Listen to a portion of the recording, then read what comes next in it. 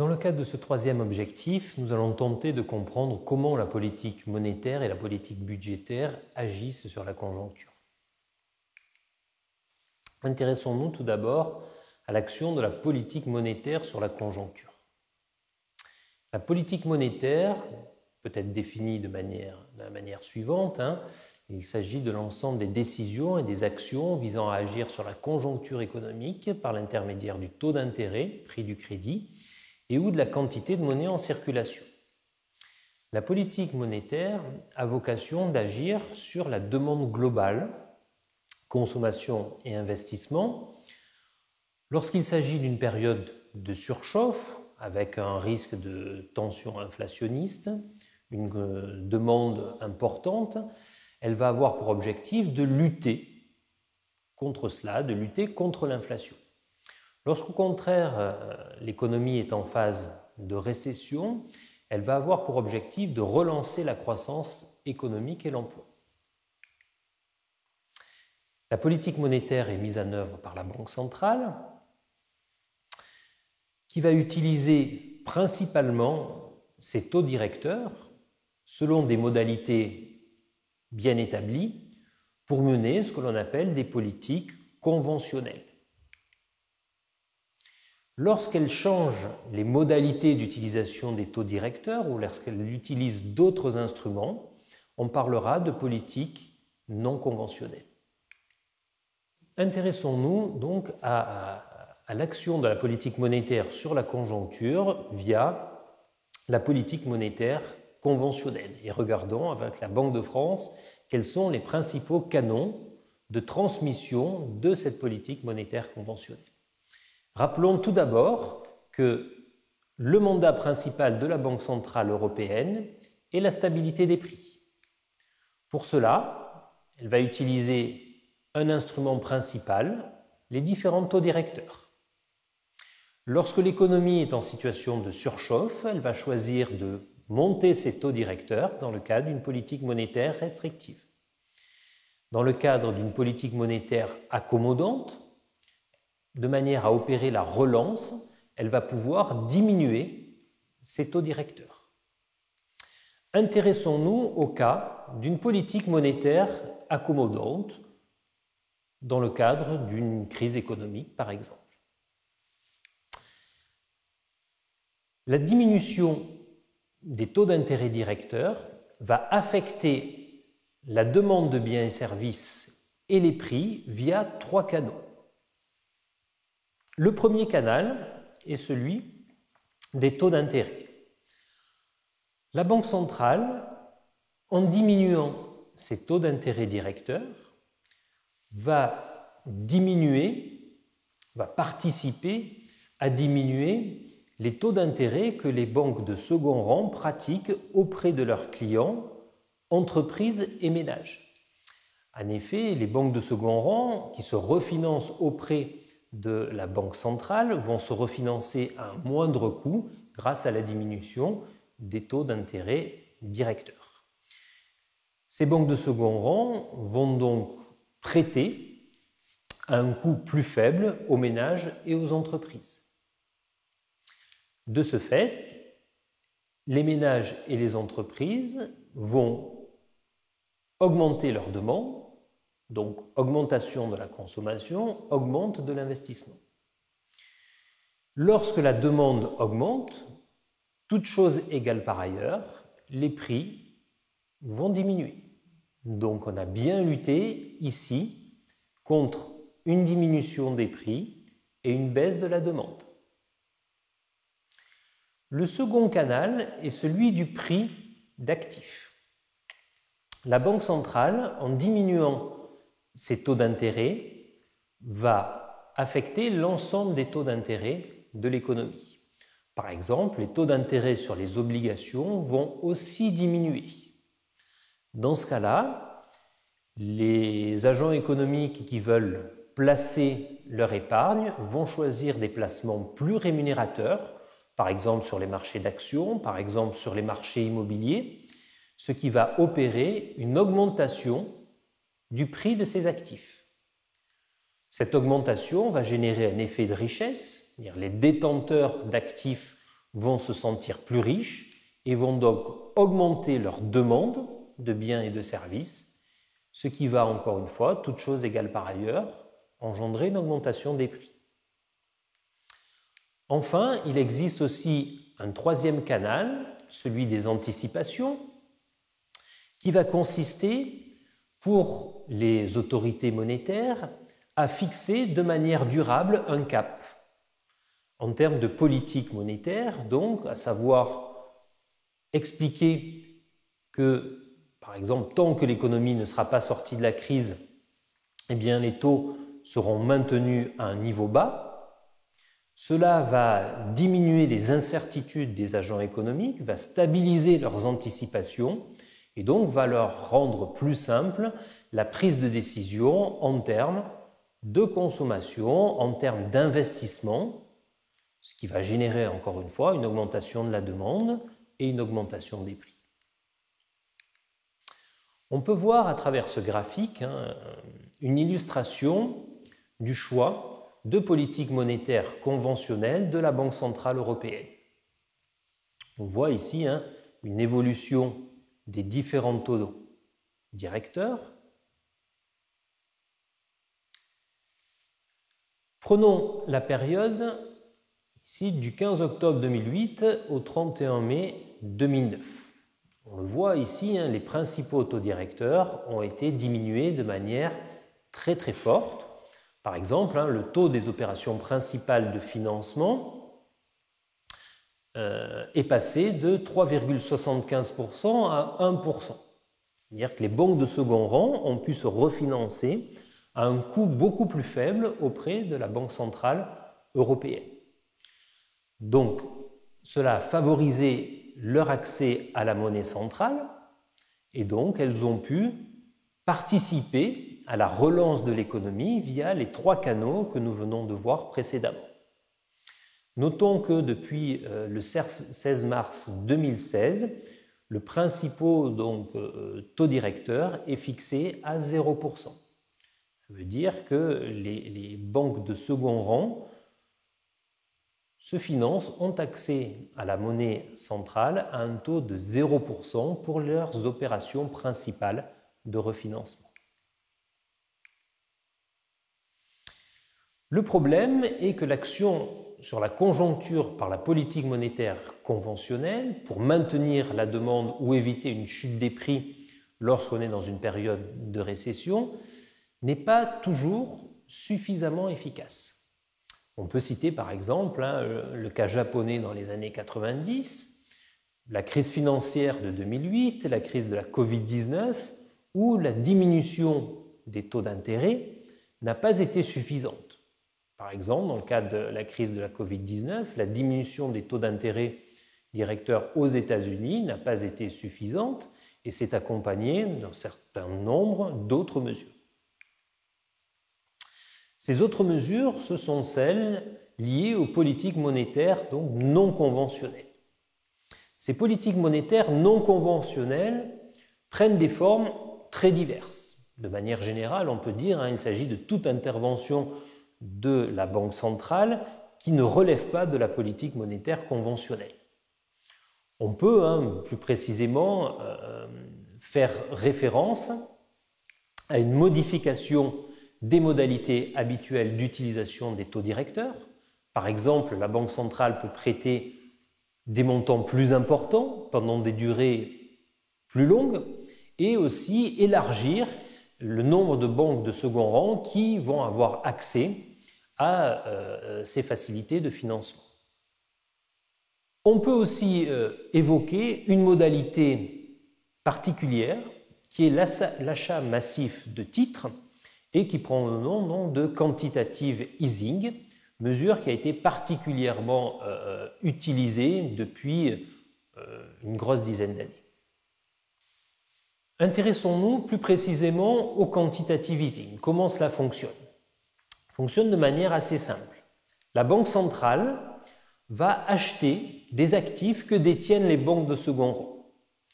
Lorsque la Banque centrale achète ces actifs, elle fournit en contrepartie des liquidités aux banques de second rang. les banques de second rang vont souhaiter les faire fructifier, ces liquidités. Elles vont soit prêter plus aux ménages, prêter plus aux entreprises, soit acheter des titres de dette privés sur les marchés financiers. En conséquence, on va avoir une augmentation de la demande de biens et de services, donc augmentation de la consommation et de l'investissement. Le financement de l'économie va donc être facilité, ce qui va permettre d'augmenter la demande globale et d'avoir un effet positif sur la croissance économique et sur les prix, ce qui va permettre donc de relancer l'inflation, c'est-à-dire d'éviter d'entrer dans une phase de baisse des prix.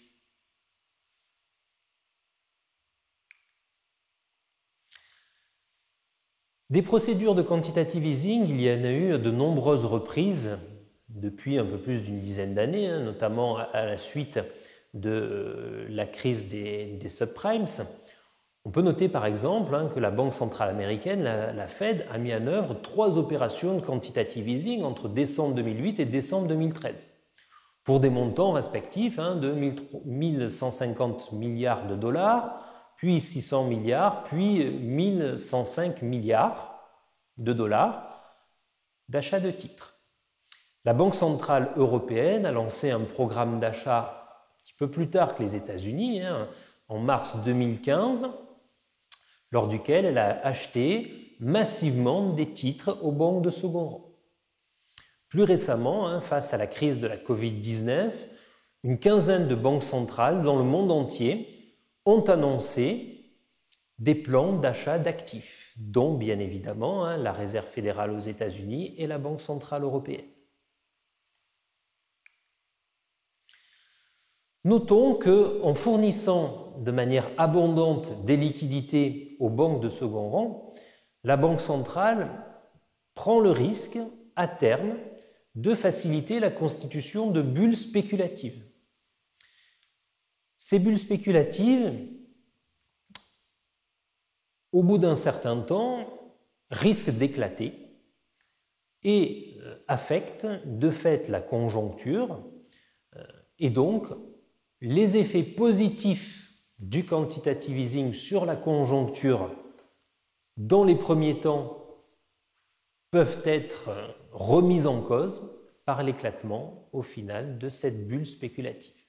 C'est un risque aujourd'hui sur lequel travaillent de nombreux économistes. Intéressons-nous maintenant à la politique budgétaire et à son effet sur la conjoncture. La politique budgétaire peut être utilisée à la place ou en complément de la politique monétaire. Elle consiste à utiliser le budget de l'État par une action sur les dépenses publiques et ou les prélèvements obligatoires afin d'atteindre les objectifs choisis par le gouvernement pour réguler la conjoncture. Comme pour la politique monétaire, il s'agit d'agir sur la demande globale via la consommation et l'investissement de manière à lutter contre l'inflation en période de surchauffe ou relancer la croissance économique et l'emploi en phase de récession. Pour cela, la politique budgétaire peut agir via 2 outils. Les stabilisateurs automatiques, qui vont consister pour l'État à agir sur le budget, dépenses et recettes, automatiquement pour stabiliser la conjoncture. Le deuxième outil va reposer sur des choix discrétionnaires permettant d'opérer une stabilisation consciente de la conjoncture. Il faut comprendre ici le conscient comme non automatique et voulu à un instant T par les autorités budgétaires. Le premier outil de la politique budgétaire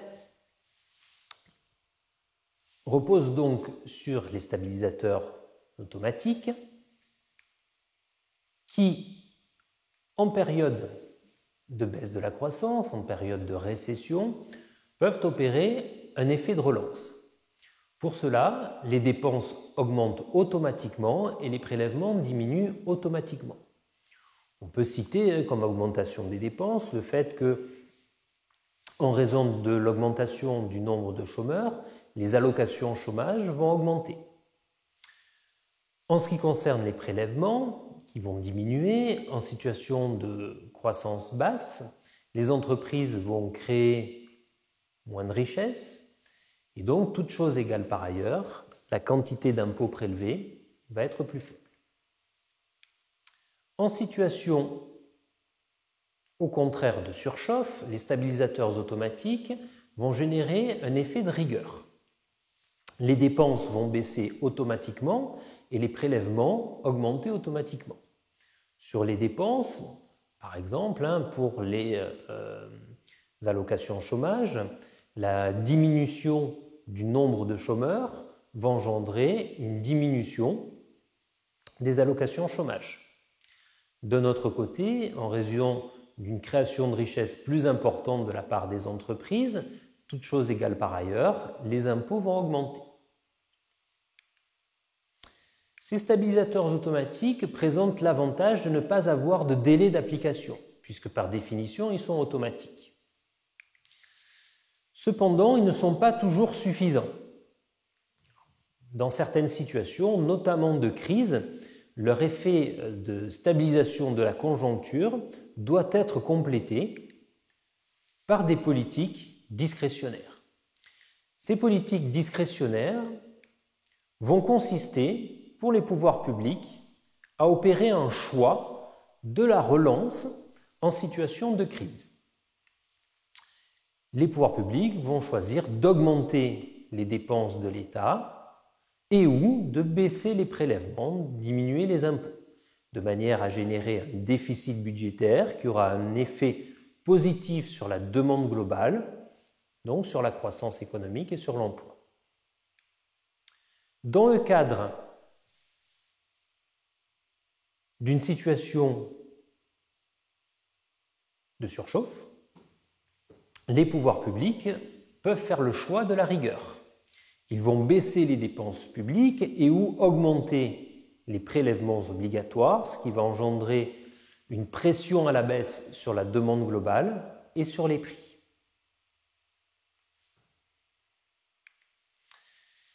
Il existe de multiples exemples dans l'histoire de politiques discrétionnaires. Prenons-en deux dans l'actualité récente.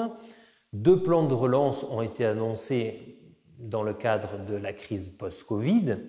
Il s'agit ici de 2 exemples, ce ne sont pas les seuls, mais on peut citer celui dans le cas européen de 750 milliards d'euros ou dans le cas américain de 1900 milliards de dollars, ce qui correspond à peu près à 1600 milliards d'euros. On notera ici que le plan de relance, la politique discrétionnaire donc américaine, est plus importante que la politique discrétionnaire européenne. Cela s'explique notamment par le fait qu'aux États-Unis, les stabilisateurs automatiques sont beaucoup moins développés qu'ils ne sont dans les pays européens. Et donc, pour stabiliser la conjoncture, la politique discrétionnaire nécessite d'être plus importante. L'action des politiques budgétaires sur la conjoncture n'est pas mécanique et son efficacité dépend de plusieurs facteurs. On peut noter ici et choisir 4 facteurs différents. Le premier que l'on peut citer est celui des montants engagés. Évidemment, plus les montants d'augmentation des dépenses dans le cadre d'une crise et ou de diminution des recettes sont importants, plus l'impact sur la conjoncture va être important. Dans le cadre de stabilisateurs automatiques, plus les transferts vont être importants, par exemple, plus l'augmentation des allocations chômage vont être importantes, plus cela va avoir un effet positif sur la demande globale, donc sur la croissance économique. Il existe un deuxième facteur qui est l'effet d'éviction. Lorsque les pouvoirs publics décident d'opérer un déficit budgétaire, ils vont se financer sur les marchés financiers et il peut arriver que ce financement par les pouvoirs publics assèche les marchés financiers au détriment des investisseurs privés qui vont avoir plus de difficultés à trouver des financeurs pour leurs opérations. Un troisième facteur est celui du moment de la mise en œuvre. Il est établi aujourd'hui par nombre d'analyses empiriques que la relance est beaucoup plus opportune en période de crise. C'est-à-dire qu'en période de crise, lorsque les dépenses, par exemple, augmentent, eh bien, les ménages qui ont des revenus relativement faibles vont utiliser tout ce surcroît de revenus pour plus consommer, ce qui va avoir un effet positif sur la demande globale et donc sur la croissance. Enfin, on peut citer comme autre facteur le degré d'ouverture des économies. Lorsque la relance budgétaire s'opère dans le cadre d'une économie ouverte, une partie des dépenses nouvelles va pouvoir bénéficier à des entreprises non résidentes, c'est-à-dire qui ne produisent pas sur le sol national. Et donc, au final, l'effet positif sur, par exemple, l'investissement des entreprises nationales sera limité. Donc, la demande globale, l'augmentation de la demande globale plus limitée, et donc l'effet sur la croissance économique plus limité.